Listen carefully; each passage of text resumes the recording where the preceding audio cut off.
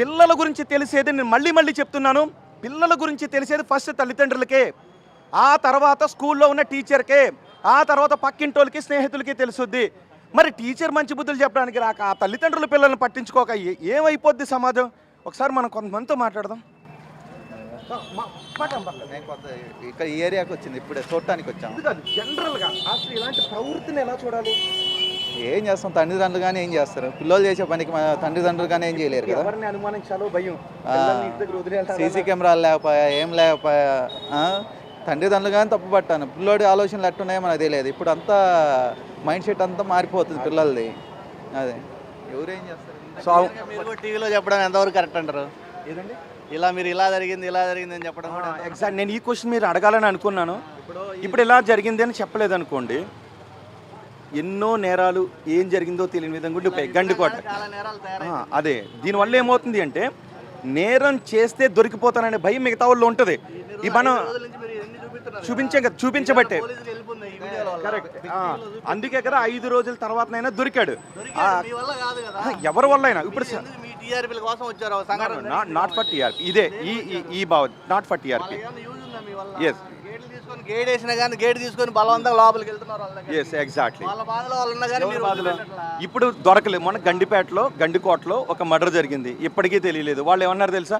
మమ్మల్ని ఎవరు పట్టించుకోవట్లేదు, మీడియా వాళ్ళు రావట్లేదు అంటారు. ఎవరింట్లో జరిగితే మాకు మీడియా పట్టించుకోవట్లేదు అని అక్కడికి వస్తారు.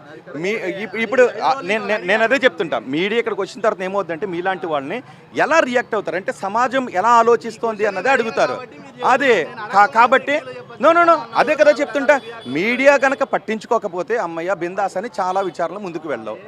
సో ఇదిగో అంటే కొంతమంది మైండ్ సెట్ ఎట్లా ఉంటుందంటే చెప్పరు, ఒకవేళ చూపిస్తా అంటే పదే చూపించినప్పుడు ఏమవుతుంది అంటే అధికారుల మీద ప్రెజర్ వస్తుంటుంది. ఏంటి ఎవిడెన్స్ సేకరించలేదు, మీడియా ప్రెజర్ ఎక్కువ అవుతుంది, ఏం చేస్తున్నావు ఇంకా దొరకలేదు అనే ప్రెజర్ ఎక్కువై ఇంకొంచెం వేగంగా చేస్తుంటుంటారు. మొన్న కూడా బిగ్ టీవీ ఏం చెప్పిందో తెలుసా? బిగ్ టీవీ కావాలంటే మీరు వెళ్ళి చూడండి. ఏం చెప్పామంటే మీరు రోజు చూసే ఏ వ్యక్తి కదలికైనా సోమవారం రోజు అనుమానాస్పదంగా ఉంది అని మీరు గమనిస్తే ఆ వ్యక్తిని అనుమానించి పోలీసులకు చెప్పండి అని బిగ్ టీవీ పదే చెప్పింది. సో అందులో ఉన్న సాఫ్ట్వేర్కి కూడా ఆ వ్యక్తి కదలికలు అనుమానాస్పదంగా అనిపించాయి ఆ రోజు. నిజమే, 4th ఫ్లోర్లో ఉన్నవాడు 3rd ఫ్లోర్లోకి వచ్చి ఎందుకు తచ్చాడుతున్నాడు, వీడి కదలికలు ఈరోజు అనుమానాస్పదంగా ఉన్నాయి అని అనుమానం వచ్చి ఆమె వెళ్ళి పోలీసులకు సమాచారం ఇచ్చింది. 5 రోజుల తర్వాత వాడు పట్టుబడ్డాడు. సో ఇప్పుడు మనకి తెలిసినటువంటి విషయాన్ని భయం లేకుండా పోలీసులకు చెప్పినప్పుడు అనేక అనుమానాలు వ్యక్తం చేసినప్పుడు వాస్తవాలు ఏంటనేది బయటకు వస్తాయి. ఇక్కడ కూడా మనం చూసాం, పోలీసులు ఇంకా ఇక్కడ కాపలాగా ఉన్నారు.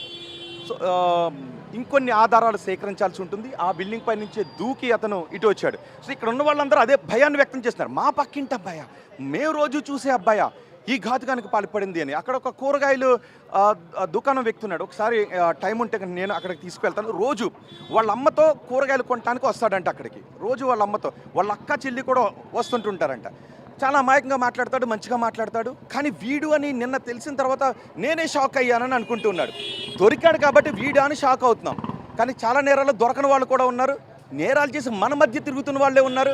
అనుమానం వ్యక్తం చేస్తే నాపైనే అనుమానం వ్యక్తం చేస్తావా అంట. మొన్న పిల్ల గొంతు కోసి చంపిన విధంగా దొరికిన తర్వాతే వాడు దొంగ అవుతుంటుంటాడు. సో రాధిక, విచారణ అయితే కొనసాగుతుంది. ఈరోజు మధ్యాహ్నానికి సిపి ప్రెస్ మీట్ పెట్టే అవకాశం ఉంది. ప్రెస్ మీట్లో వాడు ఆ అమ్మాయిని చంపడానికి ఇంక ఎలా ప్లాన్ ఎగ్జిక్యూట్ చేశాడు అని పోలీసుల నోట్లో నుంచి ఆ నిజాలు వింటూ ఉంటే నిజానికి సమాజం ముందు చాలా ప్రశ్నలు కనబడుతూ ఉంటుంటాయి. హృదయం ద్రవించిపోతుంది. ఆ పిల్ల బాడీని ఆ రోజు చూసిన తర్వాత అక్కడికి వెళ్ళి చూస్తే పరుపు నిండా ఇప్పటికీ రక్తపు మరకలు కనిపిస్తూ ఉంటే హృదయం ద్రవించిపోతూ ఉంది. సో ఇది పరిస్థితి.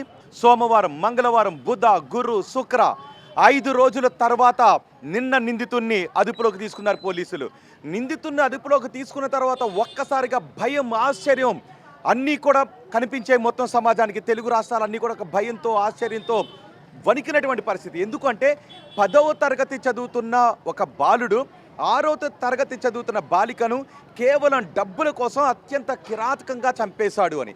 పైగా ఆ డబ్బుల కోసం వాడు వేసుకున్న ప్లాన్ ఎగ్జిక్యూట్ ఎలా చెయ్యాలి అనే దాని గురించి ఒక లెటర్ రాసుకున్నాడు. ఆ ఎగ్జిక్యూషన్ ప్లాన్ రాసుకున్నాడు. ఎలా ఇంట్లోకి రావాలి, వెళ్ళిన తర్వాత డబ్బులు దొంగిలించిన తర్వాత ఆ ఇంట్లోంచి ఎలా ఎస్కేప్ కావాలి, అందుకు గ్యాస్ లీక్ చేసి ఎలా ఫైర్ చేయాలి అని అనుకున్నాడు. నిజానికి ఇక్కడ ఒక పెద్ద ప్రమాదం తప్పింది. ఎందుకు అంటే ఒకవేళ వాడు అనుకున్నట్టుగా ప్లాన్ ఎగ్జిక్యూట్ చేసి ఉండుంటే పైన గ్యాస్ లీక్ చేసి బిల్డింగ్ని పేల్చేసి ఉండాలి. ఒకవేళ గ్యాస్ లీక్ చేసి దాన్ని ఫైర్ చేసి ఉంటే మొత్తం బిల్డింగ్ ఇప్పుడు ప్రమాదంలో పడి ఉండేది. ఆ రోజు ఆ అమ్మాయి 6వ తరగతి చదువుతున్న సహస్ర అక్కడ ఉండటంతో డాడీ డాడీ అని అరిచింది. అరిస్తే ఆ పాప ఎక్కడ చెప్పేస్తుందోననే భయంతో ఆమె గొంతు మూసేశాడు.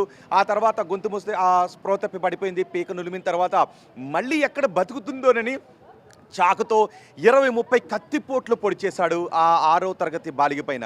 అంత కిరాతకంగా చంపాడు. ఇప్పుడు ఇదంతా చేసింది మన స్ట్రీట్లో ఉన్న పిల్లాడా, మన పక్కింట్లో ఉన్న పిల్లాడా, మన ఫ్లోర్లో ఉన్నవాడా, మన డోర్ పక్కన మన పక్క ఫ్లోర్లో పోర్షన్లో ఉన్నవాడని తెలిసిన తర్వాత వీళ్ళందరూ భయంతో ఆశ్చర్యానికి గురవుతారు. అమాయకంగా ఉంటాడు, సన్నగా ఉంటాడు, చాలా మామూలుగా మంచిగా మాట్లాడతాడు. ఇదిగో ఈ స్ట్రీట్లోనే రోజు ఇక్కడ క్రికెట్ ఆడుతూ ఉంటుంటాడు.